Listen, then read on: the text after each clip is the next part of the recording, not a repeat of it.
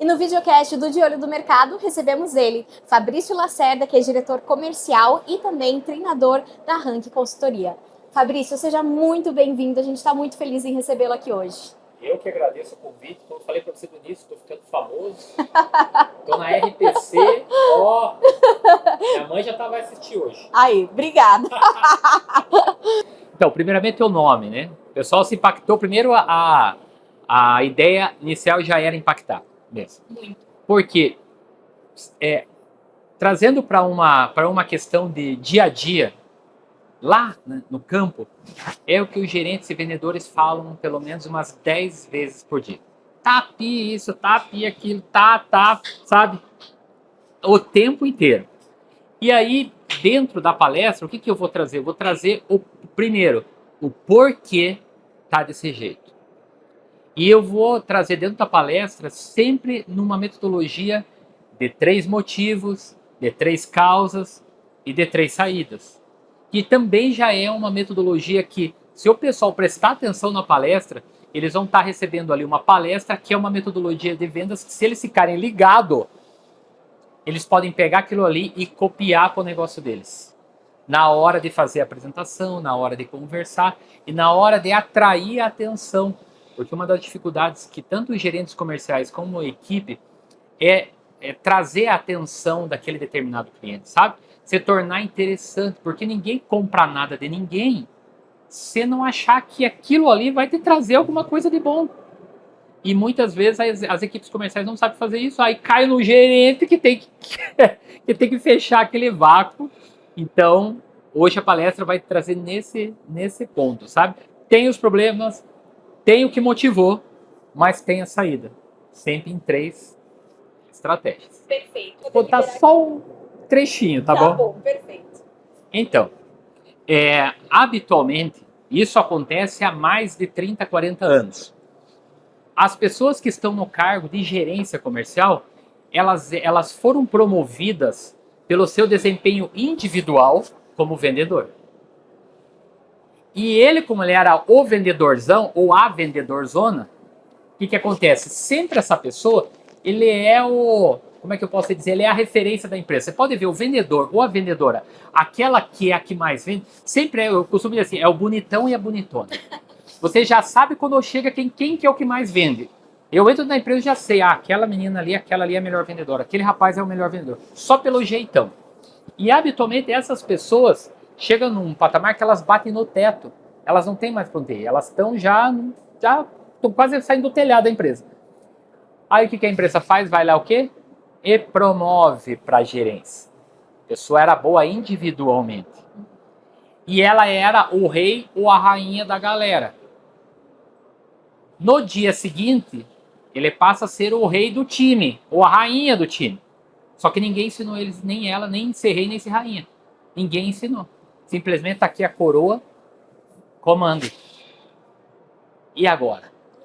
Lidar com pessoas. Lidar com pessoas. Aí você vai trazer pessoas de 3 gerações, que eu vou estar falando lá. E eu vou falar de um jeito muito descontraído. Eu não sei se não vai ter gente que não vai chorar lá hoje, coisas que eu vou falar, mas Será? enfim.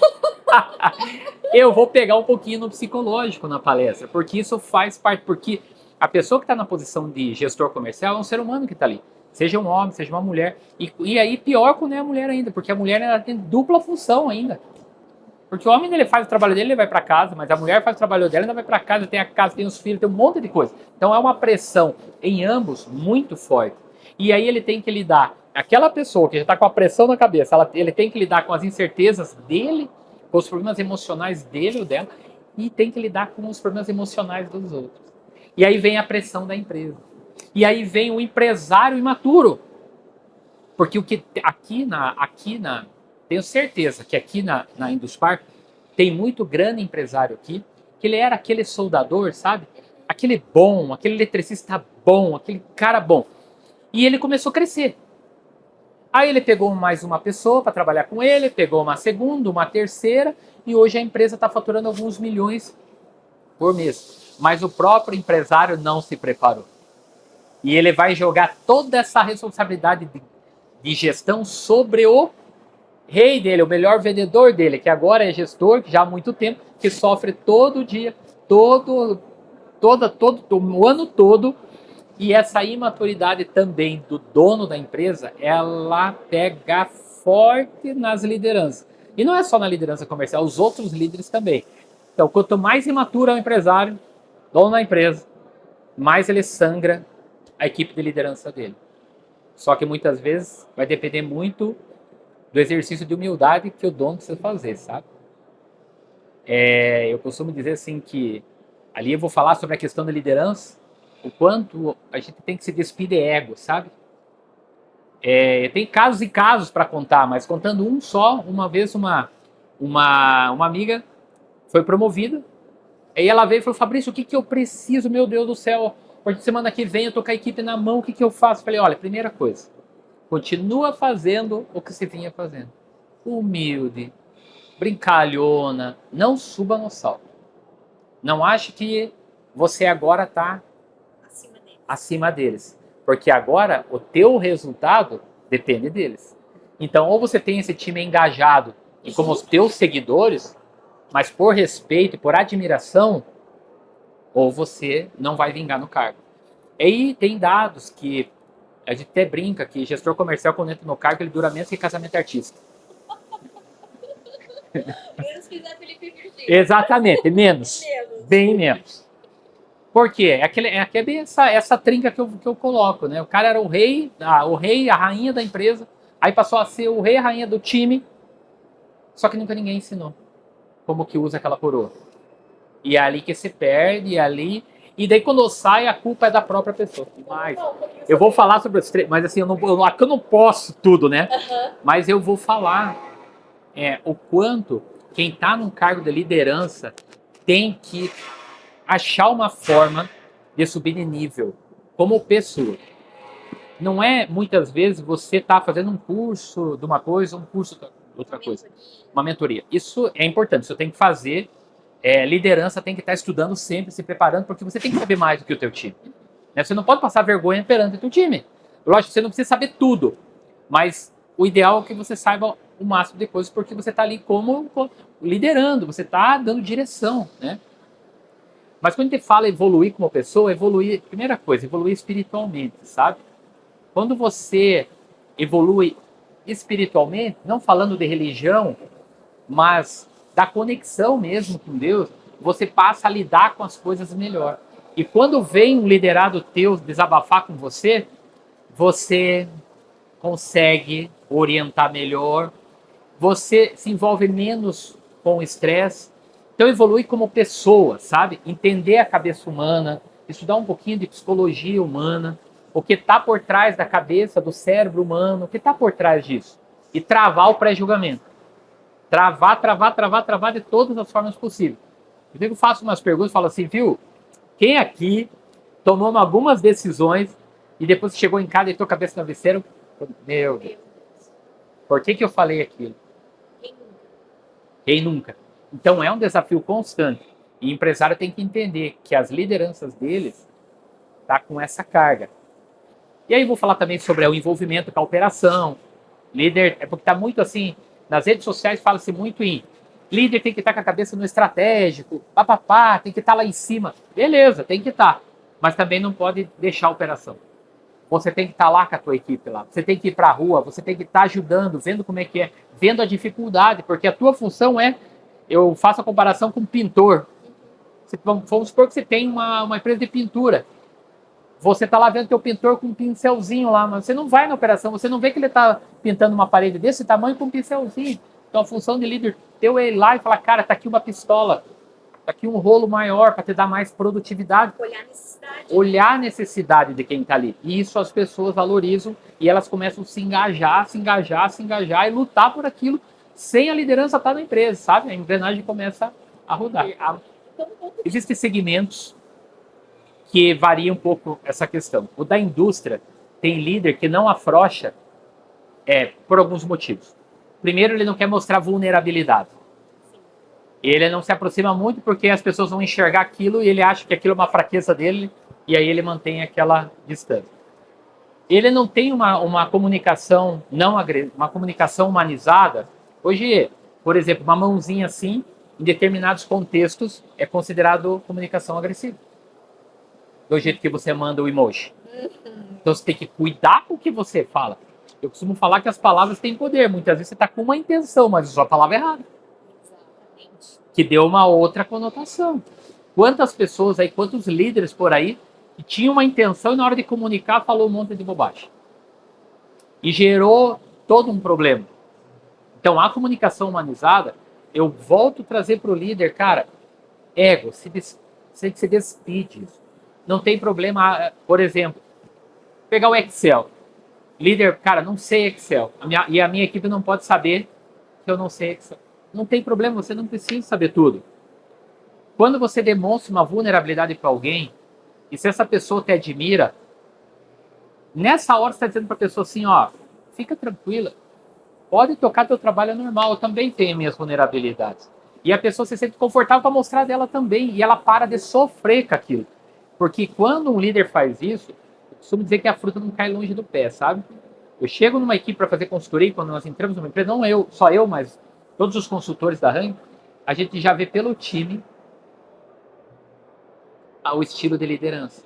Você vê uma equipe fechada que não conversa, as pessoas estão ali tensas, com medo, porque não tem uma comunicação humanizada, o líder afastado, não quer mostrar vulnerabilidade, e aí ele só está ali na base do chicote, sabe? E aí aquele sofrimento bater meta. E aí acontece outra coisa, que é o turnover dentro da empresa. Aquelas pessoas, elas estão ali, mas elas estão lá, ó, jogando currículo para tudo que é lado. Então a empresa não consegue nunca ter um time por um longo tempo, sabe? Até tem lá 2, 3 vendedores que começaram no começo com o dono que estão lá há muito tempo. Mas não é uma empresa que vai crescer, não vai escalar, vai ser a mesma coisa a vida inteira. Primeira coisa, nós chegamos sempre nos donos. Os donos precisam comprar o processo de transformação comportamental dentro da empresa dele. Primeiro ele tem que mudar. Se os donos não mudam, nós, como consultoria, nós já declinamos o negócio porque os donos não queriam se envolver. Aí é um trabalho que a gente enxuga gelo, sabe? Você está lá fazendo todo um processo, procurando mudar o mindset das pessoas, aí vem o dono. Um caso bem pitoresco de uma empresa, a empresa fazia uma oração todo dia de manhã. Beleza, show de bola. O cara terminava a oração, ele engatava com cobrança, aqui ó, na equipe. Ou ele cobrava horário das pessoas, não aparecia na empresa. Sabe? Então, não tem como. Hoje em dia as pessoas estão olhando para isso. Não é porque eu sou funcionário e você é dono que você pode ter qualquer comportamento e me cobrar aquilo que você não faz. E aí o que acontece? Quando você faz isso, você não tem o respeito das pessoas. Então tem que começar pelo dono, sabe? O dono precisa passar por um programa de coaching executivo, passar por uma mentoria, alguma coisa em relação à programação neurolinguística. Hoje tem tanta coisa, mas o cara precisa se desarmar, sabe? Ele precisa tirar aquela carga que está nas costas dele, daí por variados motivos, né? Muitas vezes vem coisa da infância, tem muita coisa nesse balde aí, nessa coisa, sabe? Bem grande. Aí você vai tirando aos poucos. Nós temos casos de líderes aí que são gratos para nós até hoje, sabe? Por quê? Porque chegou ao ponto de nós falar mesmo o que tem que falar, porque tem pessoas que não falam, a consultoria fala. Sabe? De profissionais assim que hoje são gratos. Por quê? Mas eles tomaram a decisão de mudança. Deles interno. E eles têm que entender que ou eles mudam, ou o gerente dele não muda, a equipe comercial não muda, qualquer outro departamento vai ser... Você tem que quebrar um ciclo. Sabe? Tem um ciclo ruim. Você tem que quebrar esse ciclo. Senão ele vai se repetir. Senão ele vai ficar se repetindo. Vai vir outra equipe comercial, vai ser a mesma coisa, a mesma coisa, a mesma coisa, a mesma coisa. Nunca ninguém chegou ali e falou, quebra, sabe? Porque não são pessoas, é o ciclo que precisa ser rompido. Exatamente, é o ciclo que precisa ser rompido para um novo comportamento, um novo tipo de liderança, um novo jeito. Enfim, o mundo está estranho, as pessoas estão estranhas e ninguém sabe porque todo mundo está estranho. Entendeu? E dá-lhe terapia aqui, ó. É, tem uma saída? Primeira coisa, olha, a arte mais difícil é você se autoanalisar e começar a fazer autocrítica. As pessoas não têm autocrítica. A autocrítica das pessoas ela é muito baixa. A crítica ao outro é alta, mas a crítica apontada para mim é baixa. Então, quando você for para criticar, você, olha, por que será que aconteceu isso? Por que chegou atrasado? Por que não cumpriu esse processo? Por que perdeu essa venda? Por quê? Vai fazendo uma série de porquê, o porquê do porquê, que você vai, no final, o líder vai te dizer, poxa, ainda bem que eu não tive o ímpeto de ir na hora. Então, a dica é, segura o ímpeto. Analisa, pensa, toma um café, depois você vai lá conversar com a pessoa. Tá bom? É isso, Fabrício, muito obrigada. Que aula que você deu aqui. Obrigado. Adorei.